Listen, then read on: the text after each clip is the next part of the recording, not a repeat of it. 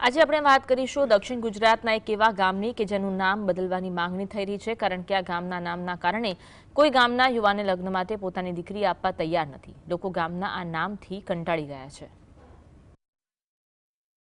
સુરત જિલ્લાના માંડવી તાલુકામાં આવેલું ચુડેલ ગામ આજે પોતાના વિચિત્ર નામ માટે ચર્ચામાં છે.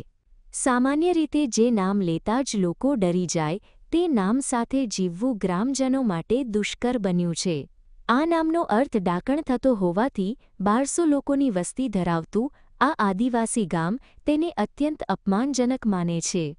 ગામના લોકો મુખ્યત્વે ખેતી અને પશુપાલન પર નિર્ભર છે. છેલ્લા 10 વર્ષથી ગ્રામજનો આ નામથી મુક્તિ મેળવવા મથામણ કરી રહ્યા છે.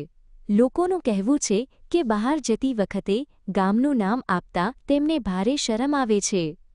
સરકારમાં રજૂઆત કરી છે, પણ સરકાર હજુ અમારું ગામ ફેરવ્યું નથી. ઘણી વખત રજૂઆત થઈ છે કે ગામનું નામ ફેરવવાનું છે એમ કરીને. છોકરા જોવા જઈએ તો તકલીફ પડે ને. છોકરીઓને બી તો ગમે તેમ બસમાં જવાનું હોય તો હચી પડે ને. ગણવા જવું હોય છોકરીઓને તો છોકરીઓ હાથે બી કોઈ સંગાતી રહેવા નહીં કરે કે તમે આ ગામની મહિલાઓ અને દીકરીઓ માટે આ નામ સૌથી મોટી આફત છે. મજાક ઉડાવવાના ડરથી તેઓ ઘણીવાર પડોશના ગામનું નામ આપે છે. હોસ્ટેલમાં ભણતી દીકરીઓની ઠેકડી ઉડાડવામાં આવતા તેમનું મનોબળ તૂટે છે. ઉપરાંત ગામના નામના કારણે દીકરા દીકરીઓ માટે લગ્ન કરાવવામાં પણ અડચણ થઈ રહી છે. નથી ખબર, પૂર્વજોએ એ નામ પાડી ગયા હતા, પણ હવે એ નામને લઈને ઘણી બધી રીતે અમને શરમમાં અનુભવાય છે.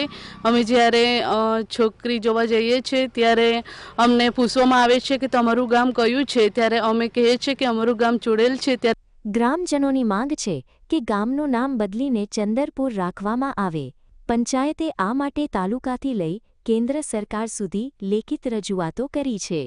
જો કે સ્થાનિક સાંસદ પ્રભુ વસાવાની કથિત ઉદાસીનતાને કારણે આ પ્રક્રિયા હજુ સુધી સફળ થઈ નથી, જેથી વહીવટી તંત્ર સામે રોષ છે.